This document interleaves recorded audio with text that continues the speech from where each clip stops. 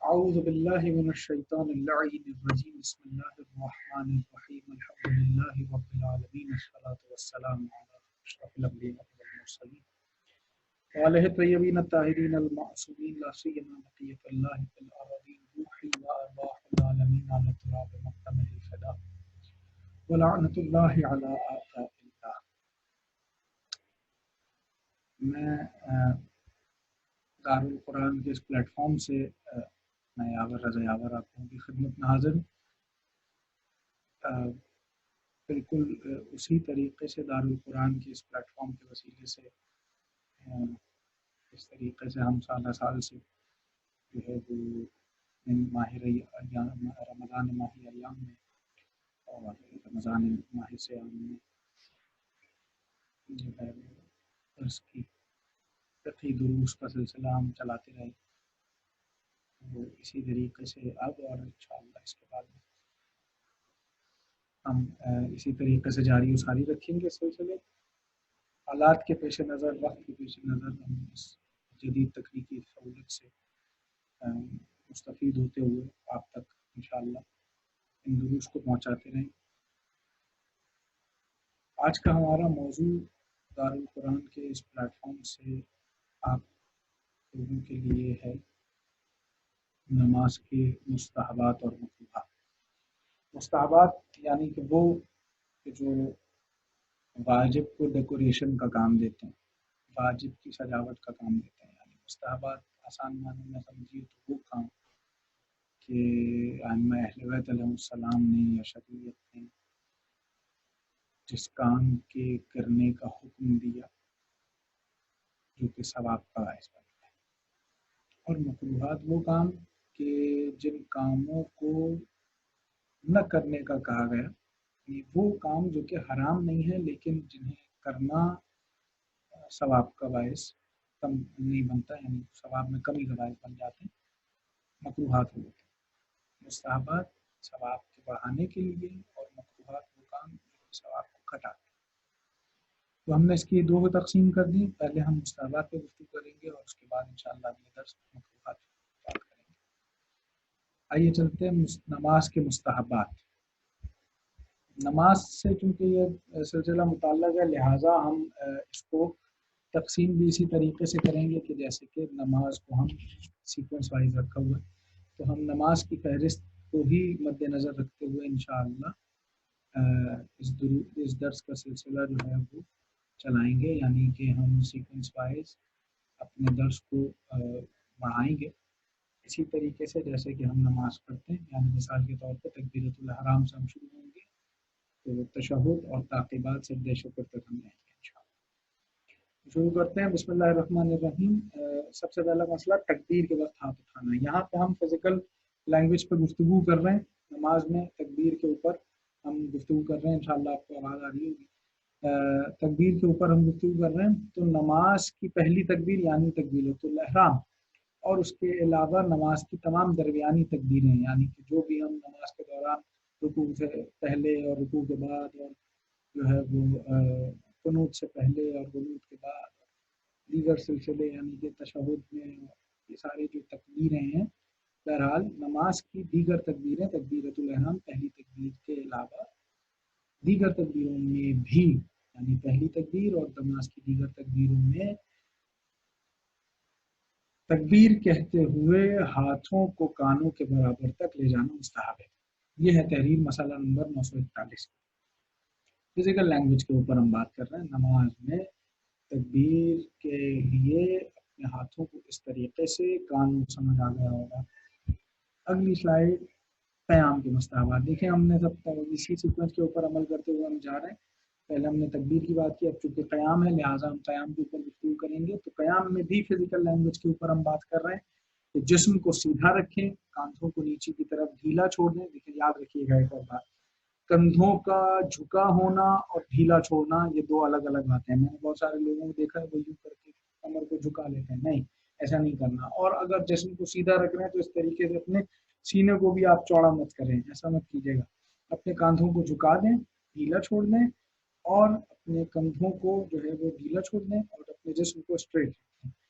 اچھا، اب جب آپ کے कांधे ढीले छोड़ दिए जाएंगे, हाथ ढीले होंगे, तो आपके हाथ जो है, ये हथेलियां जो है वो आपकी रानों पे होनी चाहिए। ठीक है, आपकी रानों के ऊपर हों और उंगलियां यूं बंद हो, खुली ना हो, बंद हो। ठीक है, इस तरीके से आपने रखना है कि अपने जिस्म को स्ट्रेट रखें, अपने कांधों को ढीला रखें और अपने हाथों को अपनी रानों पर रखें और उंगलियों को इस तरीके से बाहर मिला लें। ठीक है, इसी तरह हम क़याम के दीगर मुस्तहबात के ऊपर बात कर रहे हैं। 4 मुस्तहबात, और ये है कि अपनी निगाह, अब चूंकि ये फिजिकल लैंग्वेज थी, इसी तरीके से हम बात करें कि अपनी निगाह को सजदगाह की जानिब मरकूज रखें। सजदगाह यानी कि वो चीज़ के जिसके ऊपर सजदा करना सही हो, उस जगह के ऊपर अपनी निगाह को वहाँ पे स्टेबल रखें, वहाँ पे जो है वो मरकूज रखें। उसके बाद बदन का बोझ दोनों पैरों पर यकसा डालें। ऐसा ना हो कि राइट या लेफ्ट किसी एक पैर पर आपने अपने जिस्म का सारा बोझ डाला हुआ है, ऐसा मत कीजिएगा। स्ट्रेट खड़े हों, इसीलिए ताकि आप जब स्ट्रेट खड़े होंगे तो आपके हाथ कानों पे हों और आपके बदन का बोझ दोनों आपके पैरों पर हो। इसी तरह एक और पॉइंट है कि पैर आगे पीछे न रखें। पैर आगे पीछे रखेंगे तो ऑटोमेटिकली आपके जिस्म का वजन जो है वो बैलेंस नहीं होगा। लिहाजा अपने जिस्म को इस तरीके से रखें कि आपके जिस्म का वजन जो है वो दोनों पैरों पर यकसा पड़े और आपके पैर इस तरीके से एक जगह पर यकजा हों। इन दोनों पैरों के दरमियान जो है वो कितना फासला हो ये हम आगे बताएंगे, लेकिन एक पॉइंट जो तीसरा पॉइंट है वो सबसे अहम है, जो कि इन सबकी जो है वो निशानदही कर रहा है, या ये पॉइंट उसकी तरफ जो है वो निशानदही कर रहे हैं। क्या? खुशू व खुजू के साथ खड़े। खुशू व खुजू से मकसद यही है, मुराद यही है कि आपको ये एहसास हो कि आप किसी की इबादत के लिए खड़े हैं, किसी के जो है वो नाम लेवा है, किसी की इबादत की खातिर आप नमाज में खड़े हैं। यानी वो कोई भी ऐसी पोजीशन जो कि खुशू व खुजू को ख़त्म करती है तो आप अंजाम ना दें। अब तक के जितने मसाइल हमने क़याम तकबीर के हवाले से बयान किए, ये सारे के सारे मसाइल, तमाम के तमाम मसाइल मर्द और औरत, मर्द सबके लिए एक जैसे थे। यहाँ पे हम तक़सीम कर रहे हैं क़याम के ख़ास मौक़िफ़ में मर्द और औरत की। मर्द अगर क़याम में खड़ा होता है और अपने पैरों को जैसा कि हमने पिछले में बताया मिला के खड़ा होता है, तो ज़रूरी है कि उसके जो है वो पैरों के दरमियान, यानी जो मुस्तहब अमल शुमार किया गया है वो मिनिमम ये किया गया है कि मर्द 3 उंगलियां जो है वो फासला रखे, कम से कम 3 फैली हुई उंगलियां, और मैक्सिमम जो है वो ये रखे कि 1 बारिश। इतना फासला यकीनी मर्द अपने पैरों के दरमियान रखे ये मुस्तहब है, जबकि औरत अपने पैरों को मिला के रखेगी बिल्कुल इस तरीके से। ये एक खास मौजूद है कि औरत खुद को सिमटाए रखे। मसला नंबर 963। इसी के साथ हम आगे बढ़ते हुए, अब चूँकि हम बात कर रहे हैं जो है वो क़याम की, और हम बताने लगे कि सीक्वेंस वाइज हम चलेंगे, लिहाजा हम पहले क़याम पे ही गुफ्तगू कर लें। तो पहली और दूसरी रकात को छोड़ते हुए हम तीसरी और चौथी पे इसलिए आए हैं ताकि हम पहली और दूसरी रकात में कुछ खास मौजूद हैं जिनको हम आगे तफसीलन बयान करेंगे। तो तीसरी और चौथी रकात में इस्तिग़फ़ार, तस्बीहात अरबा, बिस्मिल्लाहिर्रहमानिर्रहीम, सुब्हानल्लाहि वल्हम्दुलिल्लाहि वला इलाहा इल्लल्लाह वल्लाहु अकबर के बाद इस्तिग़फ़ार करना है, यानी अस्तग़फिरुल्लाह रब्बी व अतूबु इलैहि, या अल्लाहुम्मा इग़फिरली। ये दोनों में से कोई एक जुमला कहना मुस्तहब है, यानी जब आप तस्बीहात का जिक्र पढ़ लें उसके बाद इस्तिग़फ़ार करें, ये मुस्तहब है। मसला नंबर 1000 इसका इन्वान था। दीगर ये कि क़राअत के मुस्तहबात, यहाँ पर हमने बताया आपको कि अलहम्द और सूरा के ऊपर हम बात कर रहे थे, तो लिहाजा पहले अलहम्द के ऊपर बात करेंगे। अलहम्द पहली रकअत में अलहम्द पढ़ने से पहले औज़ु बिल्लाहि मिनश शैतानिर रजीम कहना मुस्तहब है। ठीक है, इसी तरीके से अलहम्द और सूरा का हर लफ्ज़ वाज़ेह तौर पर, मैं डायरेक्ट तीसरे पॉइंट पर आया हूँ ताकि दूसरे के ऊपर मैं मुकम्मल गुफ्तगू करना चाह रहा हूँ। पहला पॉइंट के पहली रकअत में अलहम्द के बाद अलहम्द से पहले औज़ु बिल्लाहि मिनश शैतानिर रजीम पढ़ना मुस्तहब है। उसके बाद अलहम्द और सूरा का हर लफ्ज़ वाज़ेह तौर पर पढ़ना मुस्तहब है, जबकि हर आयत के आखिर में वक़्फ़ करना और पिछली आयत को जो है वो अगली आयत से मिलाकर न पढ़ना मुस्तहब है। चूँकि हमें एक ख़ास मौलिद है यहाँ पर कि हमें आयत के मानी की तरफ तवज्जो रखनी है। उसके अलावा ये कि हम एक एक लफ्ज़ वाज़ेह तौर पर जब अदा करेंगे तो हमें वक्त की सूरत हाल को अपनाना पड़ेगा ताकि हमें अपने हर लफ्ज़ का एक एक एराब वाज़ेह तौर पर मालूम हो कि हम क्या पढ़ रहे हैं। ठीक है। ज़ोहर और असर की पहली और दूसरी रकतों में बिस्मिल्लाहिर्रहमानिर्रहीम बुलंद आवाज से कहें। चूंकि यहाँ पे जहर और इख्फा का मसला है, पहली और दूसरी रकत में हम जो है वो मगरिब, इशा और फजर की नमाज में हम चूंकि जहर के साथ पढ़ते हैं, बावाज़ बुलंद पढ़ते हैं, लिहाजा औज़ुबिल्लाहि मिनश शैतानिर रजीम कहना बावाज़ बुलंद मुस्तहब है। जबकि ज़ोहर और असर की नमाज़ें हम चूँकि आहिस्ता पढ़ते हैं और आहिस्ता पढ़ना उसको ज़रूरी होता है, इतनी आहिस्ता पढ़ें कि सिर्फ आपको आवाज़ आए, इतना आहिस्ता पढ़ना होता है, लिहाजा हम औज़ु बिल्लाहि मिनश शैतानिर रजीम तो बहरहाल मुस्तहब है अलहम से पहले। लेकिन ज़ोहर और असर की नमाज में ये एक ख़ास सिलसिला है कि जिसमें आप बिस्मिल्लाहिर्रहमानिर्रहीम की को बावाज़ बुलंद पढ़ेंगे। ठीक है, इसको याद रखिएगा। ये है मसला नंबर 1003। दीगर क़राअत के कुछ और मुस्तहबात हैं जिनके ऊपर हम बात कर रहे हैं। अलहम्द और सूरा पढ़ते वक्त आयात के मानी की तरफ आपने तवज्जो रखनी है, जैसा कि मैं आपको पीछे बता चुका हूँ। इल्ला ये कि अगर जमात पढ़ रहा हो तो इमाम के साथ अलहम्द खत्म करने पर अल्हम्दुलिल्लाह रब्बिल आलमीन कहे, और अगर फरादा पढ़ रहा हो तो सूरह अलहम्द पढ़ने के बाद अल्हम्दुलिल्लाह रब्बिल आलमीन कहे। ये एक खास सिलसिला है।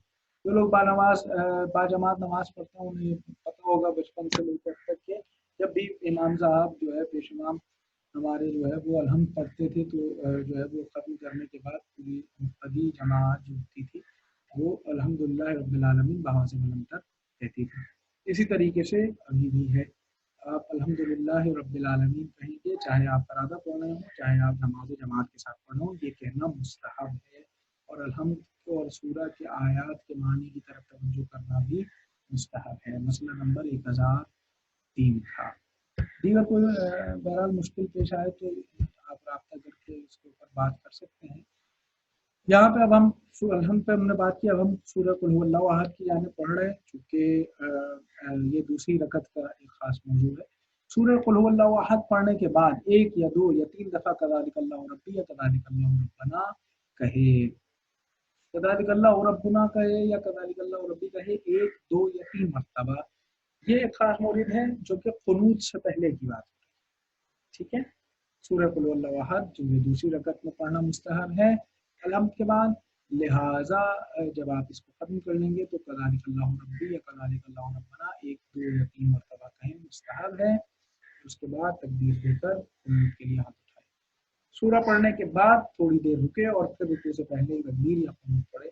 यही तरीका मैं आपको बता चुका हूँ कि कज़ालिकल्लाहु रब्बी पहले कहे, उसके बाद थोड़ी देर रुके, फिर रुकू से पहले की तकबीर या क्या कहे, क़ुनूत। मसला नंबर 1000। अब यहाँ पे गुफ्तगू हो रही है कि नमाज में कौन सा सूरा पढ़े। पहली और दूसरी रकत का मसला है, अलहम्द और सूरा पहली और दूसरी रकत के अलावा किसी नमाज में भी नहीं पढ़ा जाएगा। तो नमाज की तमाम सूरतें हैं, तमाम नमाजों के अंदर पहली रकत में सूरह क़द्र अलहम्द के बाद और दूसरी रकत में सूरह कुल हुवल्लाहु अहद यानी सूरह तौहीद, सूरह इखलास पढ़ना मुस्तहब है। मसला नंबर 1। उम्मीद कर रहा हूँ कि आप खैर वाक़ियत मसाइल को समझ रहे हैं। तो यहाँ पे अब हम चूँकि क़याम का सिलसिला ख़त्म हो गया और क़याम से मुताल्लिक़ दीगर पहली दूसरी रकात और तस्बीहात अरबा के मामला खत्म हुए, तो लिहाजा अब हम रुकू की जानिब बढ़ते हैं। तो ये भी एक फ़िज़िकल लैंग्वेज के ऊपर हम बात कर रहे हैं कि रुकू में दोनों पैरों के दरमियान देखना ज़रूरी है, ये मुस्तहब है। पैरों के दरमियान, जैसे कि हम सजदे में क़याम में जो है हम बता रहे थे कि आपको सजदा की तरफ देखना है, सजदा की जानिब देखना है, निगाह को रखना है।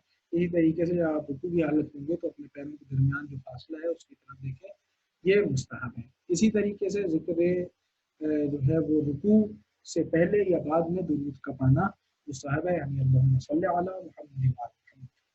उठने के बाद सुकून की हालत में सीधा खड़ा होकर समी अल्लाहु लिमन हमिदा कहे। मिसाल के तौर पे किस तरीके से अपनी हालत को रुकू में कैसे रखना है, इस तरीके से रखना है कि घुटनों को पीछे की जानिब धकेलें और उंगलियों को फैलाए रखें। ठीक है, और ये याद रखें कि फिजिकल पोजीशन क्या होगी कि पीठ को हमवार रखना है और अपनी गर्दन को ही जो है वो पीठ के हिसाब से रखना है, जैसा कि चौथे पॉइंट में यहाँ पे मरून वाले में नजर आ रहा है। ठीक है ना।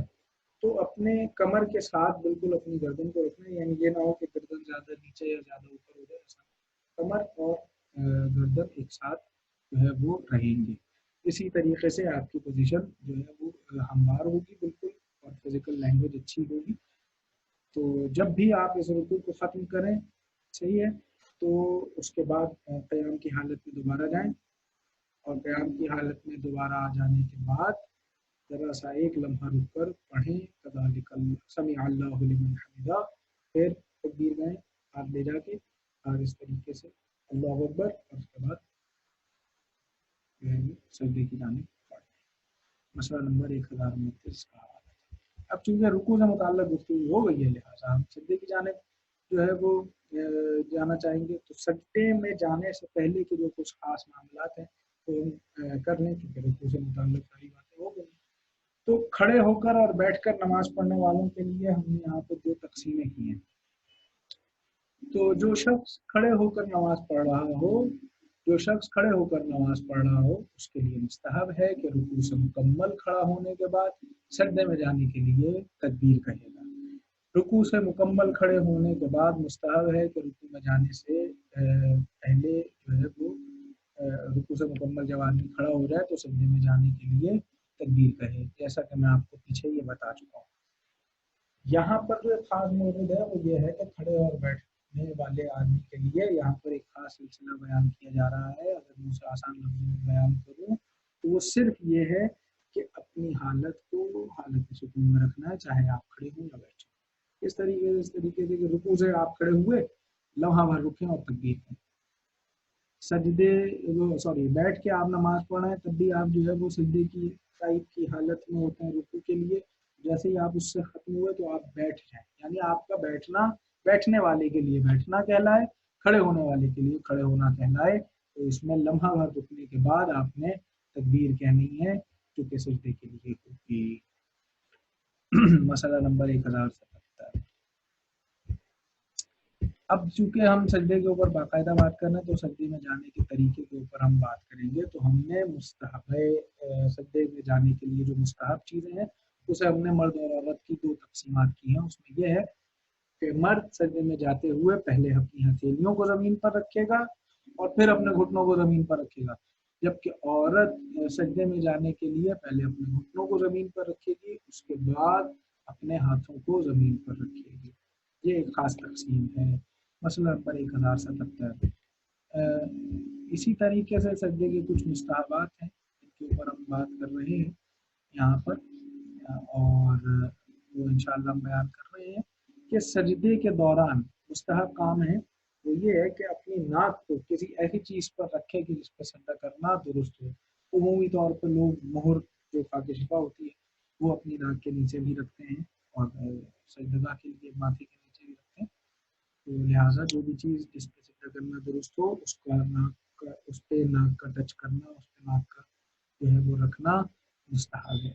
इसी तरह सजदे की हालत में हाथों की उंगलियों को मिलाकर कानों के पास इस तरह रखे तो उनके सिरे रुआ क़िबला हों। जैसे कि तकबीर में हाथों को कानों के बराबर रखा था, उसी तरीके से आप थोड़ी सी पोजीशन तब्दील करके आदमी सजदे की हालत में जो है अपने कानों के बराबर में अपने हाथों को रखेगा, जबकि उसकी उंगलियों के ये सिरे जो हैं, उंगलियों का ये जो हिस्सा है वो रूह क़िबला हो, यानी क़िबला की तरफ हो, जिस में उसका सर है।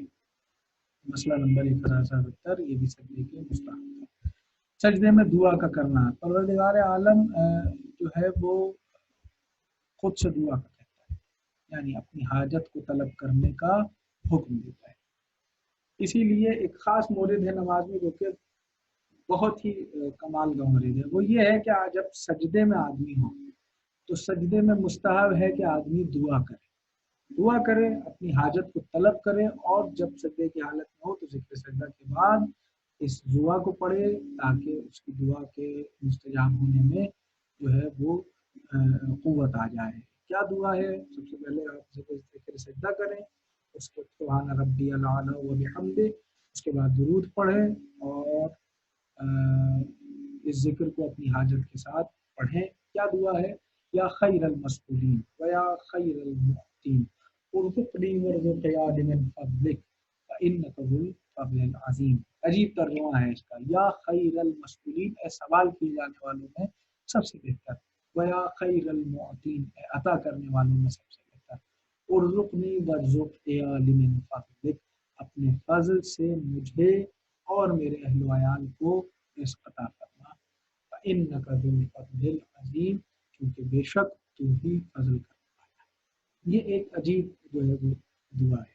تو اس کے مستجاب، دعا کے مستجاب ہونا ابھی ہو جاتا ہے اگر آدمی سجدے میں اس دعا کو ذکر سجدہ کے بعد انجام دے. مثلا نمبر 1000 یہی مستحب. یہ ایک خاص موضوع ہے جس کے اوپر ہم بات کرنا چاہیں گے. وہ یہ ہے کہ سجدے میں بیٹھے جب ہوگا تو آدمی جو ہے وہ سجدے کے مستحبات میں ایک خاص چیز ہے. جب آدمی سجدے سے اٹھ کر بیٹھے اور دوبارہ سجدے کے لیے جا رہا ہو یا تشہد کی حالت میں بیٹھا ہو تو دونوں مورد میں کس پوزیشن میں بیٹھے. تو یہ اس کا آسان طریقہ آپ کو بتا دوں کہ بائیں ران پر بیٹھ جائے اور دائیں پیر کا اوپر والا حصہ بائیں پیر کے تلوے پر رکھے. یعنی کس طریقے سے جو پوزیشن ہوگی جو ہے وہ بائیں یعنی لیفٹ ٹانگ کے اوپر آدمی بیٹھے گا، اپنے جسم کا سارا بوجھ جو ہے وہ لیفٹ کی طرف دے اور دائیں پیر کا اوپر والا حصہ بائیں پیر کے تلوے پر. یعنی اگر اس کو ہم آسان طریقے سے بیان کریں تو وہ یوں ہوگا کہ آدمی جس طرح ہم تصویر میں دکھایا جا رہا ہے، آدمی اگر اپنے جو ہے وہ پیروں کو فولڈ کر کے تشہد کی حالت میں لیفٹ پیر کی طرف جو ہے اپنا وزن ڈال کے بیٹھ جائے تو اپنے جو ہے وہ بائیں پیر کا حصہ اس طریقے سے جو ہے وہ رکھے گا. یعنی پشت ہم اب عمومی طور پہ ہمارے ہاں تلوا جو ہے وہ کہا جاتا ہے. تلوے جو ہے جیسا کہ یہاں پر بیان کیا جا رہا ہے تلوا کہا جاتا ہے. یعنی ہم نے جو آسان طریقہ وہ سیکھا وہ کہ لیفٹ پیر کو رائٹ پیر کے نیچے اس طریقے سے یعنی بائیں ران پر بیٹھ جائے اور دائیں پیر کا اوپر والا حصہ دائیں پیر کا یعنی رائٹ پیر کا اوپر والا حصہ یعنی یہ والا حصہ بائیں پیر کے تلوے پر بائیں پیر کے تلوے کے اوپر اس طریقے سے رکھے. یعنی کہ لیفٹ پیر کو رائٹ پیر کے نیچے کر لے گا. تو یہ کرنا مستحب ہوگا. اسی طریقے سے ہر سجدے سے بیٹھنے کے بعد سکون کی حالت میں تکبیر کرے. جیسا کہ بتایا پہلے بھی کہ آدمی سجدہ کرے اس کے بعد اٹھے سکون کی حالت میں بیٹھے تکبیر کرے پھر سکون کی حالت چھوڑ کر سجدے کی طرف بیٹھے. اور پہلے سجدے کے بعد سکون کی حالت میں استغفر اللہ ربی و اتوب الیہ کہے. معذرت کے ساتھ کس طریقے سے؟ اس طریقے سے کہ پہلے سجدے کے بعد سکون کی حالت میں استغفر اللہ ربی و اتوب الیہ کہے گا. 2 سجدے ہوتے ہیں. پہلا سجدہ ادا کیا اس کے بعد اٹھے سکون کی حالت میں آئے استغفر اللہ ربی و اتوب الیہ کہا پھر تکبیر گئی اور پھر چلے گئے. یہ جو سکون کی حالت ہے یہ ایک آئے گی بیچ میں پہلے، اس کے بعد استغفار کہیں گے استغفر اللہ ربی و اتوب الیہ اور اس کے بعد تکبیر کہہ کر آپ اگلے سجدے کی جانب بڑھ جائیں گے. مسئلہ نمبر 1000. دیگر کچھ مستحبات ہیں سجدے کے جن کو ہم فہرست کے طور پہ بیان کر رہے ہیں اور اس کے بعد ایک خاص موجود ہے جو کہ مرد اور عورت کی تقسیم کر رہا ہے. فزیکل لینگویج پہ ہم بات کر رہے تھے یہاں پہ مرد اور عورت کے لیے. اسی طریقے سے سجدے کو طول دینا مستحب ہے جبکہ بیٹھتے وقت ہاتھوں کو ران پر رکھے. اس طریقے سے قیام میں کاندھوں کو ڈھیلا چھوڑ کر ہاتھوں کو اپنی رانوں پر رکھ دیا گیا تھا باہم انگلیاں ملا کے. اسی طریقے سے جو ہے وہ سجدے کو طول دیں گے اور اگر بیٹھیں گے سجدے میں درمیانی وقفے پہ یا تشہد میں تو اپنے ہاتھوں کو رانوں کے اوپر رکھیں گے جبکہ دوسرے سجدے میں جانے کے لیے سکون کی حالت میں اللہ اکبر کہیں گے جیسا پیچھے میں آپ کو بیان کر چکا. سجدوں کے درمیان سجدوں میں درود بھیجیں اللہم صلی علی محمد و علی محمد. اسی طریقے سے سجدے سے کھڑے ہوتے وقت ہاتھوں کو گھٹنوں کے بعد زمین سے اٹھائیں. پہلے مرد کے لیے ایک بار سلسلہ بتایا کہ مرد پہلے اپنے ہاتھ رکھے گا پھر گھٹنے رکھے گا. اسی طریقے سے عورت جو ہے پہلے گھٹنے رکھے گی پھر ہاتھ رکھے گی. لیکن یہاں پہ ایک خاص موجود ہے وہ یہ ہے کہ سجدے سے کھڑے ہوتے وقت ہاتھوں کو گھٹنوں کے بعد زمین سے اٹھائیں. یعنی پہلے ہاتھ اور اس کے بعد زمین سے گھٹنوں کو اٹھائیں گے. یہ کرنا مستحب ہے. یہاں پہ ہم نے مرد اور عورت کی تقسیم دوبارہ کی ہے پوزیشن میں. وہ یہ کی ہے کہ مرد جو ہے وہ کہنی اور پیٹ کو زمین سے نہ لگائے جبکہ اپنے ہاتھوں کو جو ہے یعنی بازوؤں کو پھیلا کے رکھے. جبکہ عورت کے لیے حکم ہے کہ وہ اپنے جسم کو سمٹا لے جبکہ तौलिया पेट जो है वो ज़मीन से लगा लें और बदन के आज़ा को मिला लें। ये एक ख़ास तकसीम जो है वो मर्द और औरत के दरमियान है 1070 तौज़ील मसाइल। चूँकि हम यहाँ पे जो है वो सजदे के ऊपर मुकम्मल बात कर चुके और दरमियानी वक्फे को सजदे के दरमियानी हिस्से में जो बैठते हैं उस हिस्से को भी हम पूरा कर चुके हैं, लिहाजा अब हम तशहुद के ऊपर बात करेंगे और उसके बाद इंशाअल्लाह लम्हों में जो है वो हम ताक़ीबात की तरफ पलट जाएंगे। तशहुद में मुस्तहब है कि बाईरान पर बैठे और दाएं पैर की पुश्त को बाएं पैर की तलवे पर रखें, उसी तरीके से यानी कि लेफ्ट टांग के ऊपर लेफ्ट पैर के ऊपर आप अपना वज़न दें और अपने लेफ्ट पैर को राइट पैर के नीचे की तरफ कर लें इस तरीके से। सही है, ये लेफ्ट आपका है और ये राइट पैर आपको ऊपर इस तरीके से। इसी तरह तशहुद से पहले अल्हम्दुलिल्लाह या बिस्मिल्लाहि व बिल्लाहि वल्हम्दुलिल्लाहि व खैरुल अस्माइल्लाह कहे। किस तरीके से? इस तरीके से कि जब वो तशहुद के लिए बैठे लम्हे भर को रुके और फिर कहे अल्हम्दुलिल्लाह या अल्हम्दुलिल्लाह या बिस्मिल्लाहि बिस्मिल्लाहि व बिल्लाहि वल्हम्दुलिल्लाहि व खैरुल अस्माइल्लाह ये कहे और उसके बाद तशहुद के ज़िक्र को शुरू करें यानी अशहदु अल्ला इलाहा इल्लल्लाह। इसी के साथ हाथों को रानों पर रखेगा जबकि उंगलियों को हिला के रखेगा और निगाह को अपने दामन में रखेगा। निगाह का एक खास तरीका है क़याम में सिजदा की तरफ, रुकू में पैरों के दरमियानी फासले की तरफ, के तशहुद की हालत में और सजदे के दरमियान बैठने वाली हालत में वो दामन की तरफ निगाह। और दुरूद जब पढ़ ले तशहुद के बाद जो है वो पढ़ ले तो फिर जो है वो दुरूद के बाद एक जुमला कहे व तक़ब्बल शफ़ाअतहु वरफ़अ दरजतहु, यानी तक़ब्बल शफ़ाअतहु हमारी शफ़ाअत को कबूल फरमा, हमारी शफ़ाअत को कबूल फरमा, वरफ़अ दरजतहु और हमारे दर्जात को बढ़ा। अब हम ताक़ीबात की तरफ पलटते हैं। बेहतर ये है कि आदमी जो है वो ताक़ीबात को अंजाम दे इस तरीके से कि जब वो तशहुद को जो है वो अंजाम दे दें तो उसके बाद नमाज के बाद मुस्तहब है कि कुछ देर ताक़ीबात में मशगूल रहे, यानी ज़िक्र कुरान, दुआ, तो कोई भी ज़िक्र जो है वो अंजाम।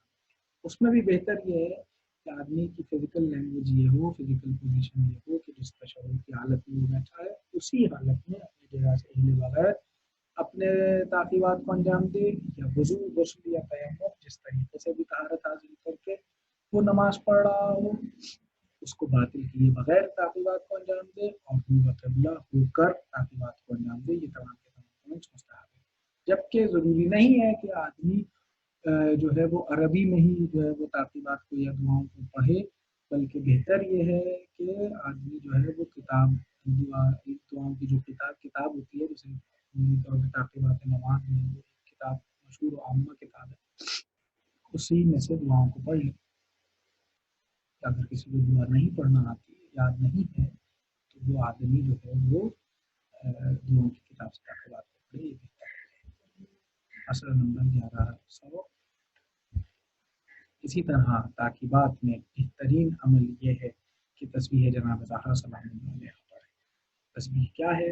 34 मरतबा 34 मरतबा अल्लाहु अकबर, उसके बाद 33 मरतबा अल्हम्दुलिल्लाह, जबकि 33 मरतबा सुभान अल्लाह। एक ख़ास सिलसिला ये है कि जो लोग अच्छी उर्दू जानते हैं या अरबी जानते हैं या उन्हें जो है वो तालीमात दी गई होती है और उन्हें पता होता है कि जो है वो तालीमात दी गई होती है और उन्हें ये मालूम होता है कि इनका मानी क्या है इन अस्कार का, तो वो ये कहते हैं कि भाई हम जो है वो शुक्र है खुदा का, हम अल्लाह का शुक्र अदा कर रहे होते हैं, लिहाजा सुभान अल्लाह के बाद कहेंगे हम पहले सुभान अल्लाह, पहले अल्लाह के जो है वो बड़ाई बयान करें, अल्लाह की तारीफ करें और उसके बाद सुभान अल्लाह जो है वो के बाद जो है वो अल्हम्द को बयान करें कि शुक्र।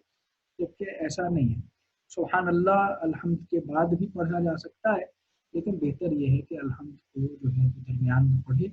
ये बहुत बेहतर मुस्तहबात में से भी एक अपग्रेडेड लेवल है, बेहतर है।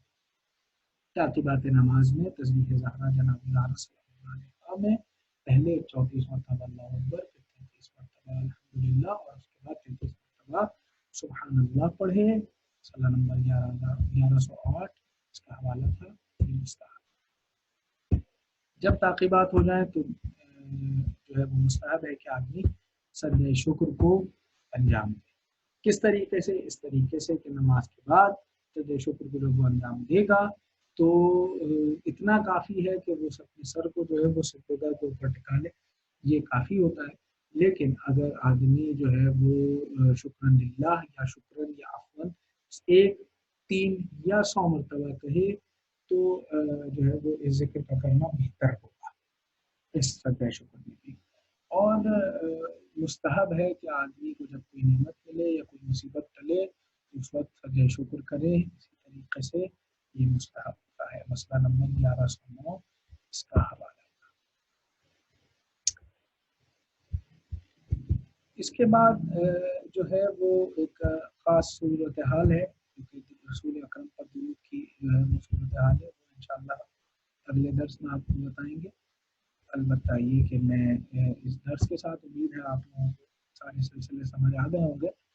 मैं आप लोगों से जो है वो यहाँ पर इजाज़त लेना चाहूँगा इस नमाज के साथ कि आप तमाम मोमिनीन व मोमिनात उलमा शुहदा समेत मेरे मरहूमीन और आप अपने मरहूमीन समेत सबके लिए एक मरतबा सूरह हम 3 मरतबा सूरह इखलास महादरूद की सब जो है वो तिलावत फरमाएँ और इस दर्स को इंशाअल्लाह तरीक़े हसन समझें ताकि आपके लिए इसका सुनना और हमारा सुनाना बेहतर हो और परवरदिगार आलम अपनी बारगाह में कबूल फरमाए। इल्ला ये कि एक इल्तमास ये कि अगर आप इन दुरूस में अपने मरहूमीन का फातिहा पढ़वाना चाहें तो हमारे इस व्हाट्सएप नंबर पर रब्ता करें। दुआ है परवरदिगार आलम हमारी इन रहमतों को अपनी बारगाह आलिया में कबूल फरमाए। इसी के साथ मैं इजाज़त लेना चाहूँगा। अस्सलामु अलैकुम।